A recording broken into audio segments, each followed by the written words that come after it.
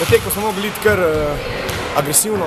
Vedeli smo, da je ta ekipa nekako blizu nas, glede na to, da so tudi z Krko mladi in z Bistrico bili blizu rezultatsko. Tada šli smo zelo agresivno v tekmo. Na začetku smo hitro povedli. Potem se mi zdi, da smo malo padli v agresivnosti, koncentracija je padla, tada se nismo mogli niti dosti odlepiti, bomo rekel, da je skozi potem tu nekje gal. Glede na to, da ste dobro začeli sezono, kaj lahko izboljšate, kje vidite svoje slabosti? Ja, definitivno lahko izboljšamo še to malo kemijo med igralci.